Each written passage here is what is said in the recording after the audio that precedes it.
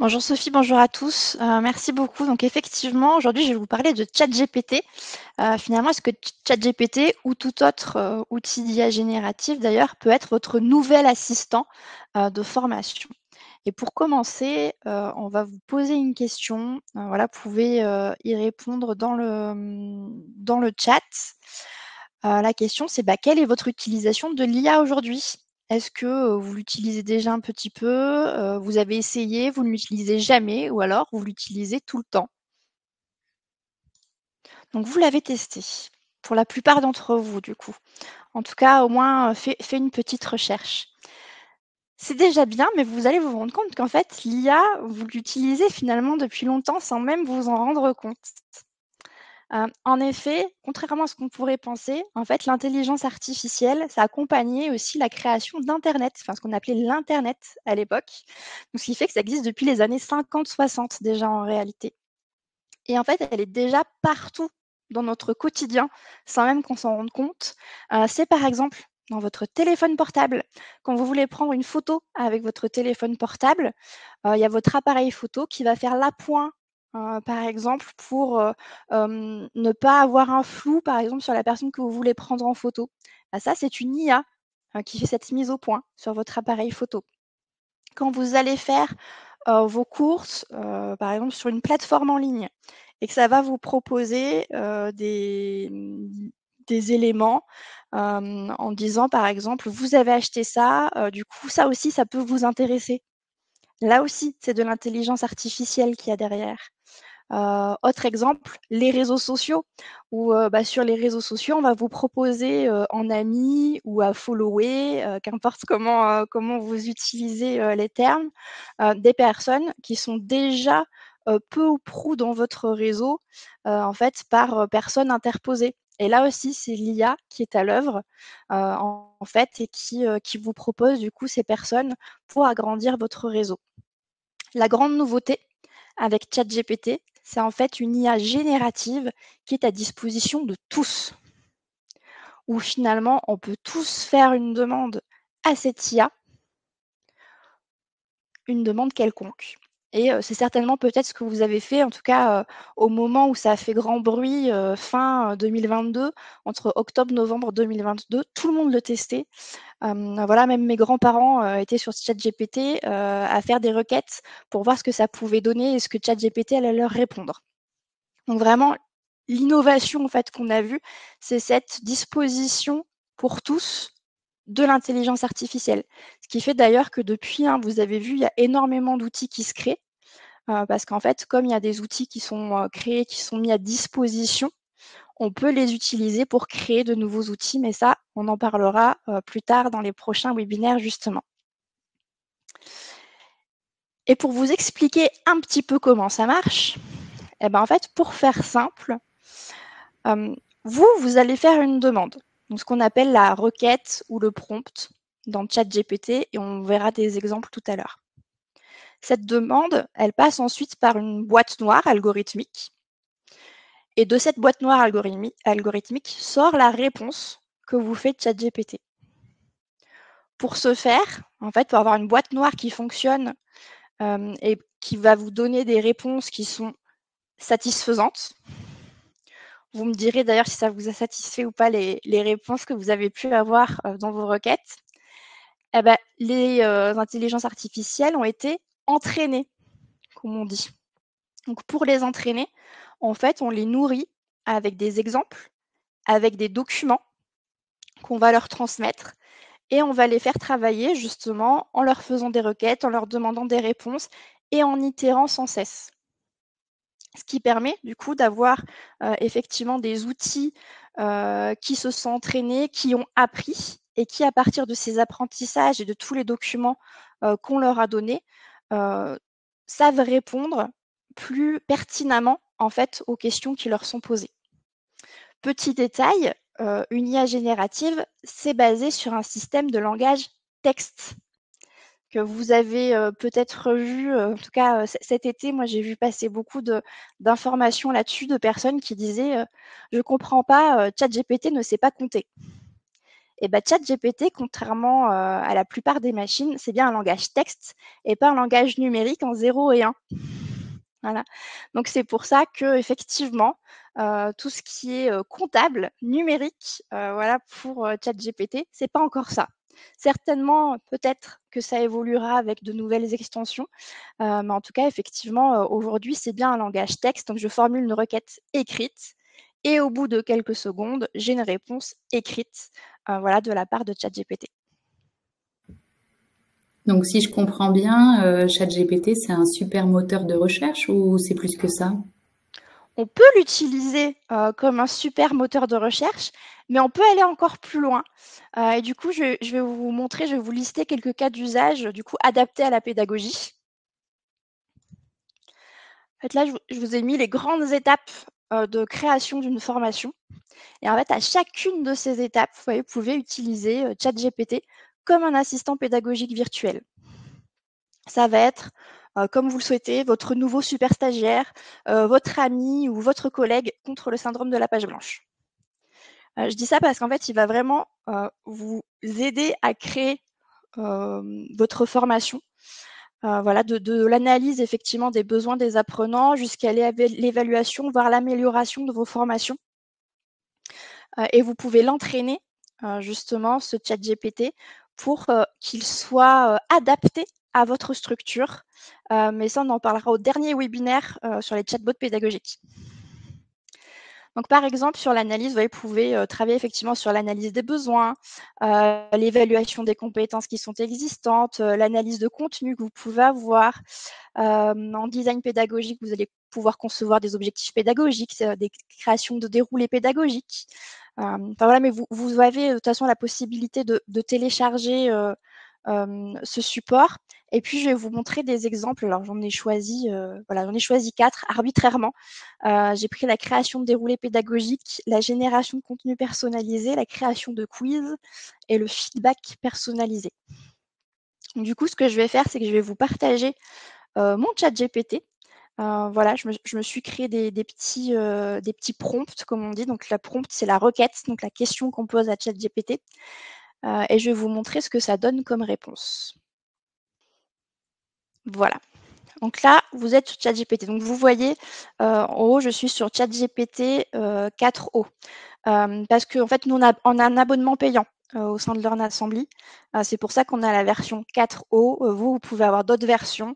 Ce qui change pour nous, c'est notamment le fait qu'on peut joindre un fichier. Voilà, donc on peut vraiment mettre un document directement, alors que si vous avez la version gratuite, quoique maintenant ça peut être changé, normalement vous ne pouvez pas joindre un document dans la version gratuite. Donc je vais vous donner 2 exemples de création de déroulés pédagogiques. Généralement, quand on commence, on l'utilise justement comme un super moteur de recherche et du coup, on va faire une requête très simple du genre: créer un déroulé pédagogique pour 8 managers du BTP pour un atelier de 3 heures sur les clés pour réaliser des entretiens annuels qualitatifs avec leurs collaborateurs. Vous voyez que je donne quand même déjà quelques éléments à ChatGPT. Je veux un déroulé pédagogique, c'est pour 8 personnes qui travaillent dans le BTP, un atelier de 3 heures, et c'est pour travailler sur les entretiens annuels. Donc j'ai quand même donné 5 éléments à ChatGPT. Hein. Je ne mets pas juste créer un déroulé pédagogique, comme certaines personnes ont pu me le faire en atelier. C'est pour ça que je donne cet exemple. Voilà, j'appuie tout simplement sur Rentrer. Vous voyez, il a pris à peine 2 secondes pour réfléchir et commence à me proposer un déroulé. Donc le déroulé pédagogique sur 3 heures, il me liste des objectifs pédagogiques, une introduction avec même un brise-glace à l'intérieur. Là, il me propose tout le déroulé. Généralement, sur une première question comme ça, à la fois contextualisée mais assez large, on n'est pas toujours satisfait de la réponse. Et on y reviendra tout à l'heure, mais du coup, pour être plus satisfait de la réponse, il faut être encore plus précis dans votre requête. Et c'est peut-être pour ça, pour ceux d'entre vous qui ont déjà testé mais qui ne sont pas satisfaits des résultats qu'ils ont obtenus, parce que peut-être vous n'avez pas été assez précis. Si je fais une deuxième requête. Vous allez voir, je vais être beaucoup plus précise. Hop, là, je vais redémarrer une question, ça va être plus simple.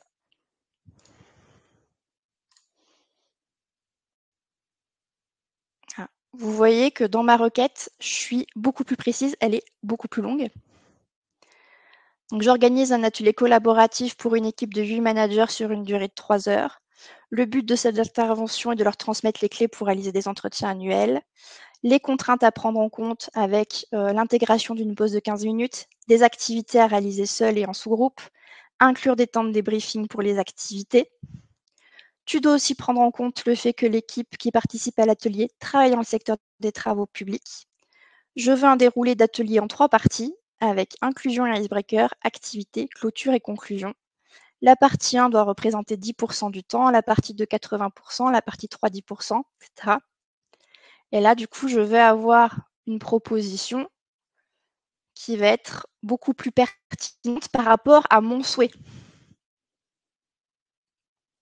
Donc, vous voyez, j'ai fait 2 demandes sur un sujet, sur le même sujet, mais plus ou moins précises. Et donc, les 2 fois, j'ai effectivement un déroulé pédagogique qui m'est proposé. Après, plus vous serez précis voilà, dans votre prompt de départ, plus vous aurez quelque chose qui va vous convenir, mais ça, on en parlera un petit peu plus tout à l'heure. Je vais vous montrer un deuxième exemple.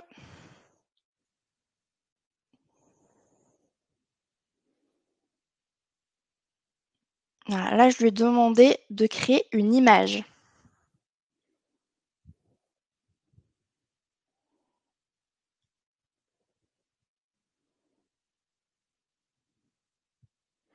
Est-ce que vous avez un outil qui s'appelle DALL-E, par exemple, qui inclut directement dans ChatGPT. Après, bien sûr, vous avez des outils d'IA générative qui sont dédiés à la création d'images. Vous n'êtes pas obligé de faire ça dans ChatGPT. Et il y en a certains qui sont gratuits aussi.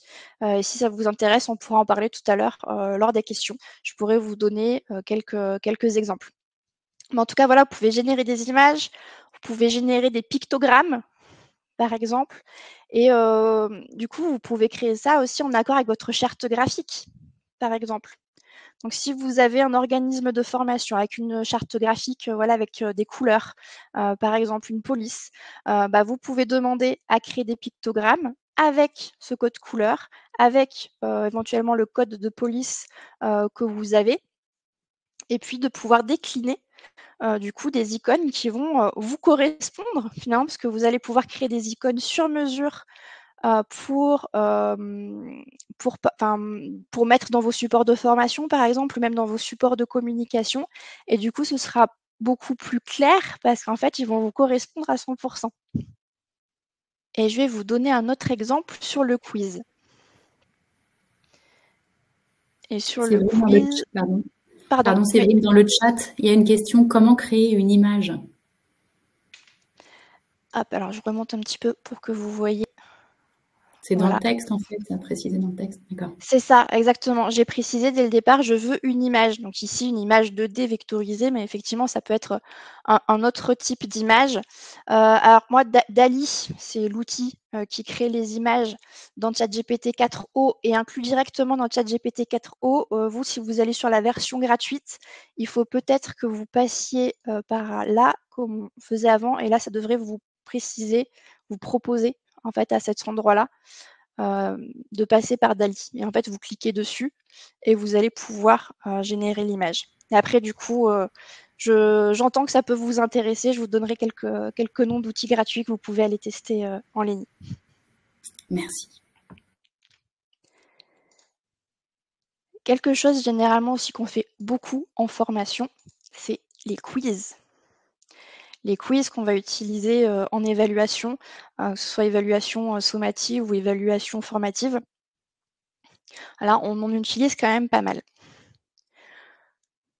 Quand vous commencez, là aussi, vous allez faire super simple en disant en gros, fais-moi des questions sur tel thème pour tel niveau, que c'est quand même hyper important pour que l'outil vous propose justement une réponse pertinente, que vous donniez du contexte, donc la thématique du quiz, et que vous disiez à qui ça s'adresse. Est-ce que vous faites un quiz pour des adultes en formation continue ou pour des élèves de troisième? C'est pas le même public. Même si vous faites sur la même thématique, ce qui peut arriver, le niveau des questions sera quand même pas du tout le même. D'ailleurs, je vais vous montrer là aussi la différence qu'on peut avoir en faisant 2 requêtes différentes. Donc voilà, la première requête fait des questions sur le thème du cycle de l'eau pour mes élèves de 5e.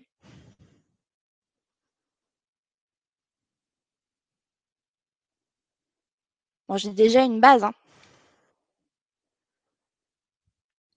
Et en fait, c'est en ça que je vous dis que ça peut être votre super stagiaire, par exemple, en tout cas votre super aide, parce que ça vous donne justement une base, l'IA générative, qui va vous permettre de gagner du temps, en fait, dans la conception et dans la production de vos formations. Parce que même si il faut bien avoir en tête que l'IA ne va pas vous remplacer, contrairement à ce qu'on pourrait croire, en tout cas pas tout de suite, déjà. Dans quelques années, on en reparlera. Mais en tout cas, pour l'instant, ça ne nous remplace pas parce qu'on a toujours besoin d'experts métiers. On a toujours besoin de formateurs facilitateurs, de formateurs coach, qu'importe comment vous les appelez ou quelle est la posture que vous donnez, vous, dans vos centres de formation. Mais en tout cas, on a toujours besoin, effectivement, d'avoir une relecture, pour l'instant, de ce qui est proposé par l'IA. Parce que des fois, il peut y avoir des erreurs. Il peut ne pas avoir compris notre demande. Il faut savoir quand même que la plupart des IA génératives sont des outils qui ont été créés aux États-Unis, donc qui ont été entraînés en anglais. Donc en français, des fois, ça va être moins pertinent. D'ailleurs, si vous êtes à l'aise en anglais, faites vos requêtes en anglais. Généralement, les résultats sont meilleurs. Si ce n'est pas le cas, soyez très précis. Je pensais par exemple à un institut de soins infirmiers avec lequel on a travaillé, où on avait été assez étonnés, parce qu'en fait, dans la première requête qu'on avait faite, on n'avait pas précisé, on avait juste mis que c'était pour des étudiants infirmiers. Point. C'était juste pour leur montrer justement comment améliorer leur prompt. Et en fait, on a compris tout de suite que ChatGPT connaissait déjà le référentiel. Parce qu'avec ce qu'il nous avait proposé, il était déjà en cible vraiment avec les objectifs des formatrices qui avaient fait la demande.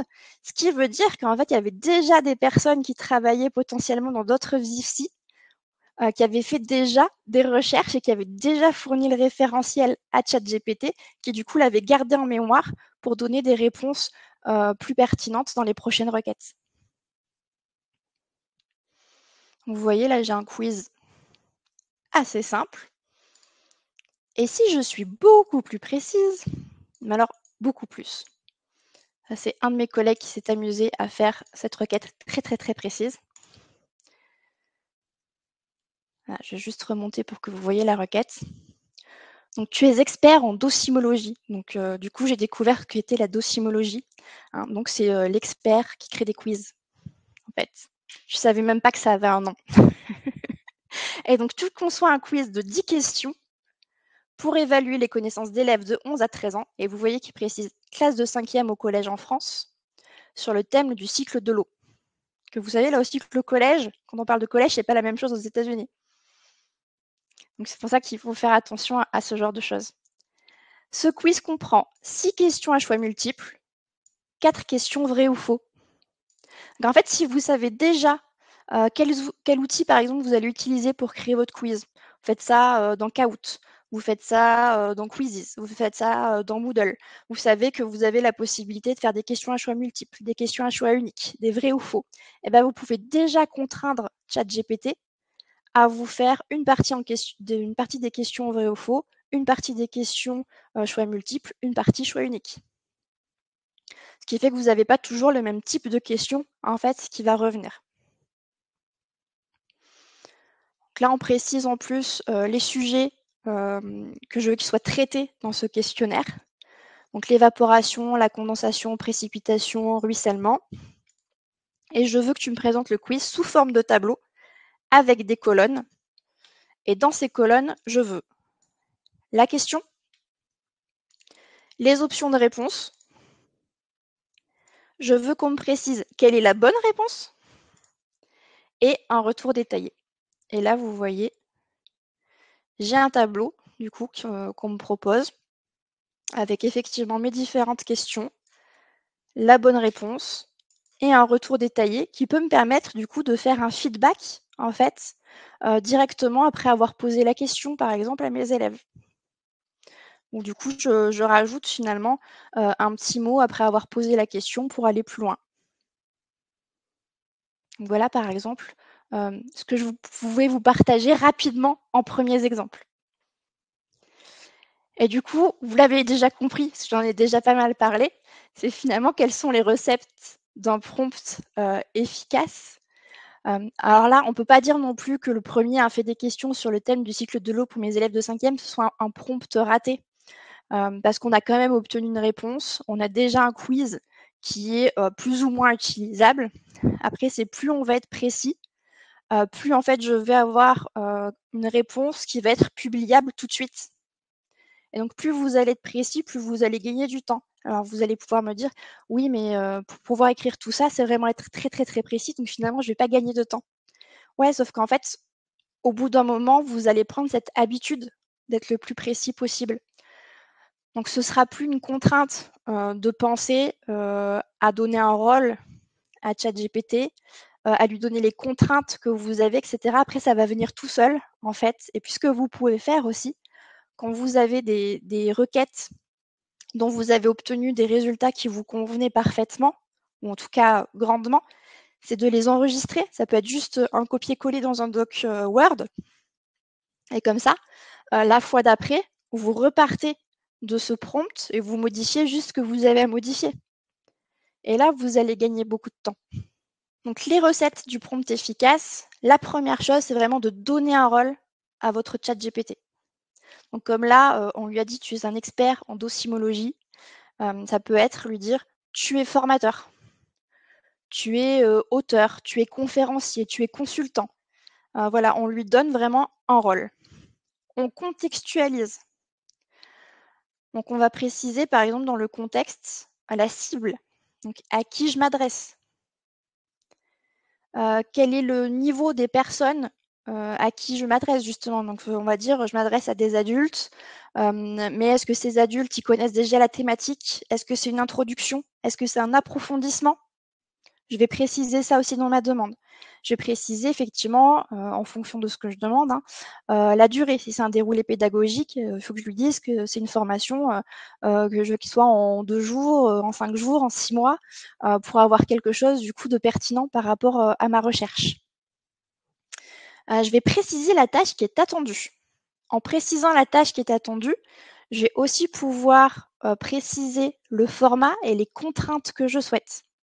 Donc, comme on l'a vu à l'instant, je peux préciser donc, que je veux bien un questionnaire de quiz, que je veux les réponses sous forme de tableau, mais ça peut être aussi, par exemple, une contrainte en nombre de mots. Pourquoi pas? Ça peut être, je ne veux que 10 questions, par exemple. Je veux que ces questions, si tu me les traduises en anglais. Voilà, enfin, vous pouvez vraiment préciser, donner un maximum de contraintes. Vous pouvez même préciser d'ailleurs quel outil vous allez utiliser pour créer votre quiz.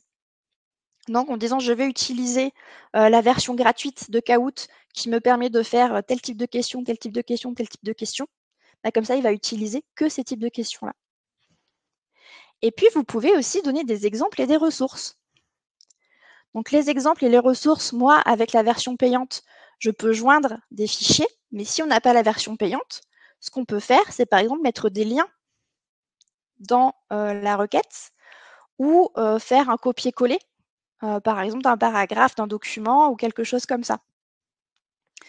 Donc, effectivement, donner un référentiel, par exemple, ça va permettre que ChatGPT comprenne bien de quoi on parle, quelles sont les compétences que les apprenants doivent acquérir. Et à partir de là, il va pouvoir proposer des choses plus intéressantes. Ou, autre exemple sur le cas clinique, l'IFSI dont je vous parlais, on avait fait un test sur ChatGPT pour ça. parce qu'elle m'avait dit, les cas cliniques, c'est l'horreur, on met toujours des heures pour en créer. Est-ce que tu crois que l'IA peut nous aider à faire ça? Je dis, bah, bien sûr, allons-y. Et on a fait plusieurs tests. Et c'est là qu'on s'est rendu compte qu'ils connaissaient le référentiel. Et premier test, on a juste demandé à ChatGPT de nous créer voilà, un cas clinique assez simple. Sincèrement, le résultat était déjà pas mal. Mais on a donné à la fin un exemple de cas clinique qu'ils avaient réalisé eux-mêmes en interne, donc qui correspondait parfaitement à leur standard, finalement, de l'IFSI, à ceux qu'ils attendaient finalement comme cas clinique, comment ça se présente, etc. On a dit, à partir de cet exemple, créez-nous un autre cas clinique avec les contraintes suivantes. Donc c'était, je ne sais plus, un handicap moteur, quelqu'un qui venait à l'hôpital pour la deuxième fois après s'être cassé la jambe. Enfin, j'ai plus les contraintes, mais en tout cas, on avait déjà donné quelques contraintes comme ça. Et là, ça nous a sorti quelque chose de parfait. En fait, les formateurs m'ont dit, on peut faire un copier-coller, le mettre dans notre documentation. Ce sera le prochain cas clinique qu'on va poser aux étudiants. Donc vraiment, on peut obtenir des choses très bien. Et ça, du coup, c'est ce qu'on appelle le reverse prompting. Donc justement, si vous devez retenir 3 choses de ce que je vous ai dit, la première chose, c'est d'itérer. Donc itérer. Votre première question, enfin votre première requête sera pas forcément très claire. En tout cas, la réponse sera pas la plus pertinente possible. Et vous allez devoir, vous, itérer, demander à ChatGPT de nouvelles choses, lui donner de nouvelles contraintes en disant ok, c'est pas mal ce que tu m'as fait, mais prends en compte que je n'ai que 2 heures pour faire cet atelier, par exemple, et du coup, il va vous refaire une modification. Voilà, et petit à petit, vous allez aboutir à quelque chose que vous appréciez. Là, les exemples de prompts que je vous ai montrés, avant d'avoir ces prompts-là, nous, on a itéré en interne. Voilà, on n'a pas fait ces prompts-là tout de suite. Nous aussi, il a fallu qu'on apprenne voilà, avant de l'utiliser, de savoir utiliser la machine correctement. Comme je vous disais, enregistrez vos prompts réussis, ça vous fera gagner du temps pour la fois d'après. Et vous pouvez vous faire un document partagé avec vos collègues. Comme ça, vous allez vraiment gagner du temps en plus collectivement. Et essayer le reverse prompting. Donc, le reverse prompting, c'est partir d'un document existant que vous fournissez à ChatGPT et vous lui demandez, à partir de ce document existant, finalement, de vous créer voilà, un nouveau document. Voire, vous pouvez aussi lui demander de créer le prompt parfait pour obtenir ce type de document. Ça aussi, c'est une possibilité. Finalement, je pense que vous avez compris, les possibilités sont quasi infinies. Vous pouvez tester plein de choses. J'ai même un collègue qui a testé hier ChatGPT en disant « Que sais-tu de moi ?» et lui a sorti plein de choses assez incroyables. Chose pas étonnante, hein, il est allé voir son profil LinkedIn, lui a refait un petit peu son expérience professionnelle. Il a été capable quand même de sortir aussi avec quel client il travaille actuellement. Voilà, des choses comme ça, suite aux recherches qu'il avait fait lui-même dans ChatGPT, par exemple. Voilà, ça peut être assez puissant. Ah oui, c'est bluffant. On a des questions qui sont arrivées sur le chat. Je pense qu'on va bientôt passer au temps de Oui, questions-réponses. on va y aller. Alors, préconisez-vous d'autres alternatives à ChatGPT? Alors effectivement, ChatGPT est parfois interdit dans les entreprises. Vous pouvez utiliser, alors si vous travaillez sur l'environnement Microsoft, il y a Copilot qui est intégré aujourd'hui à la suite Microsoft et qui est une IA générative, qui est l'IA générative de Microsoft en fait. Donc, non, je peux pas vous l'écrire. C'est Copilot, C-O-P-I-L-O-T. Vous avez aussi une autre IA générative qui est intéressante, qui s'appelle Perplexity, comme perplexité, hein, mais avec du coup le Y à la fin. Et Perplexity, ce qui est intéressant notamment pour les formateurs du coup, qui aiment bien ça, c'est que ça cite les sources. Où est-ce que Perplexity est allé se fournir pour faire la réponse? Donc ça, c'est plutôt intéressant. Et après, il y en a d'autres comme Claude, par exemple, aussi. Claude comme Claude François. Voilà, ça s'écrit de la même façon. Alors après, rien ne nous empêche effectivement de demander également à Copilote ou à ChatGPT de citer ses sources. C'est effectivement une bonne pratique qui va vous permettre vous aussi d'aller regarder ces sources, voir si elles sont effectivement intéressantes pour ce dont vous voulez parler et voir si elles ne sont pas trop anciennes, hein, on ne sait jamais. Parce que ChatGPT, même si ça a été mis à jour, ça a été mis sur le marché en 2022, donc ça n'a pas été entraîné jusqu'au bout. Donc voilà, faut effectivement, c'est une bonne pratique en tout cas, mais vous le savez, voilà, d'aller vérifier les sources. Comme ça, au moins, vous êtes sûr de ce qui est noté et de ne pas transmettre des choses qui sont plus forcément à jour à vos apprenants. Alors, les données que nous insérons sont-elles forcément publiques ensuite? Vaste question. Tout dépend si vous avez déjà un abonnement payant ou pas. Parce que si vous avez un abonnement payant, vous avez des cases à cocher. Voilà un moment qui vous permet justement que ce ne soit pas réutilisable. Si vous êtes en version gratuite, effectivement, ce que vous donnez à la machine, la façon dont vous entraînez la machine va pouvoir être réutilisée.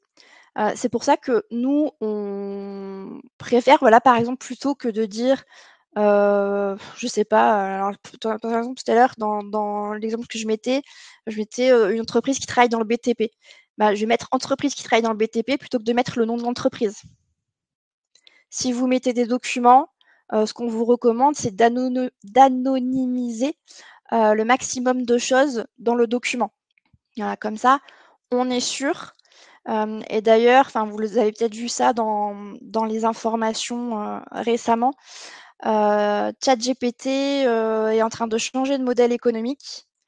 Donc, ce qui nous était assuré en termes de confidentialité quand même, à minima récemment, ne le sera peut-être plus.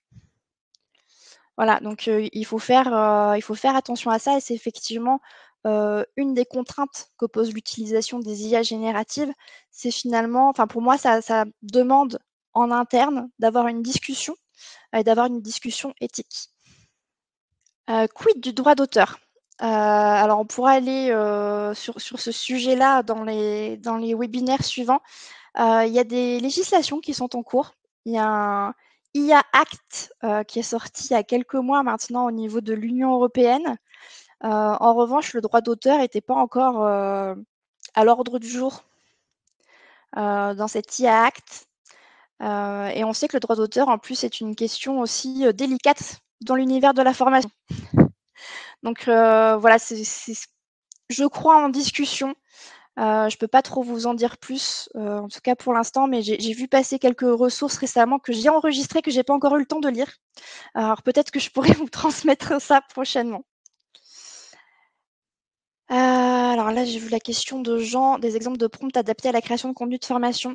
Oui, mais bien sûr, ça ne va pas me revenir tout de suite et j'ai pas laissé mon document ouvert.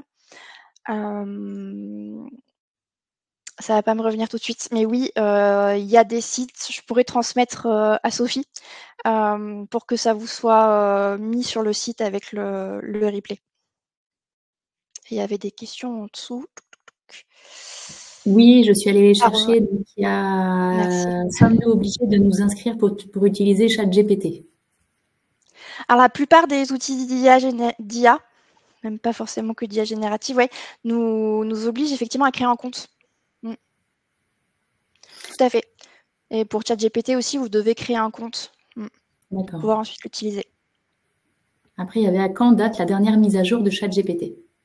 Elle est hyper récente. Parce qu'il y a le 4O qui est sorti juste avant l'été. Mais je vois déjà, moi, en allant dessus, qu'en fait, en haut, j'ai déjà 3 versions de 4O différentes. Donc ça veut dire qu'elle a été encore mise à jour depuis. D'accord. Après, il y a plusieurs moteurs de recherche sur ChatGPT. Lequel utilisez-vous? Donc nous, justement, on est sur 4O aujourd'hui, donc qui est une version payante. D'accord. Mais parce qu'effectivement, nous, on l'utilise au quotidien maintenant dans l'équipe. Donc on a pris un compte voilà, pour se le partager. Ah, super, Marilène qui nous confirme qu'on peut joindre aussi des fichiers maintenant sur la version gratuite. Merci. Voilà, je pense que dans les précédentes questions, on a fait le tour et là, il y a des nouvelles questions. Où peut-on trouver des exemples? Ah oui, donc ça, c'est sur les sites que vous allez nous transmettre. Et je cherche si je te trouve la bibliothèque de prompt à laquelle je pensais. Mais je vais vous le retrouver, je vous enverrai l'information. Il y a effectivement une bibliothèque de prompt qui a été créée pour exclusivement pour la pédagogie et notamment du coup par des professeurs. Voilà, donc collège, lycée, aussi pour donner des cas d'usage vraiment à ce niveau-là et pas que forcément dans la formation professionnelle continue. Donc oui, ça existe, on peut en trouver. Il y a des sites que vous pouvez suivre, des newsletters, etc., qui vont pouvoir vous fournir voilà, des prompts tout faits, voire justement des chatbots. Et ça, justement, c'est le dernier webinaire qu'on fera ensemble, où vous allez avoir des méga prompts, du coup, dans ces cas-là, on les appelle, qui sont déjà insérés, qui vous permettent de travailler en direct. Dans le support d'aujourd'hui, que vous pouvez télécharger, hein, il est directement à votre disposition, donc à côté de l'écran, et puis tout en bas de l'écran sur le Picto Apps. Donc Séverine a inséré des annexes, hein, des exemples de prompts réalisés et puis les résultats obtenus. Voilà. Un petit mot de la fin, Séverine, parce qu'on arrive à la fin de la session. Oui, déjà. Donc effectivement, je pense que vous avez compris, ChatGPT, effectivement, ça peut être un super assistant si vous apprenez à prompter efficacement. Voilà. Sinon, ça va être un petit peu un coup d'épée dans l'eau parce que vous ne serez jamais satisfait des réponses. Si vous promptez efficacement, vous serez satisfait des réponses. Vous n'aurez plus qu'une repasse à faire derrière pour vous assurer voilà, de la qualité du contenu. Et puis, il faut effectivement vous poser cette question des informations que vous donnez voilà, à ChatGPT ou aux autres IA génératives voilà, pour faire en sorte d'assurer la confidentialité de votre structure, mais aussi de celle de vos clients. Très bien, merci beaucoup Séverine.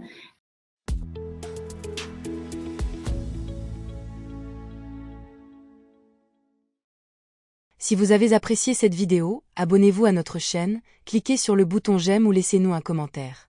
Et pour ne rien manquer des actualités du C2RP, suivez-nous sur LinkedIn.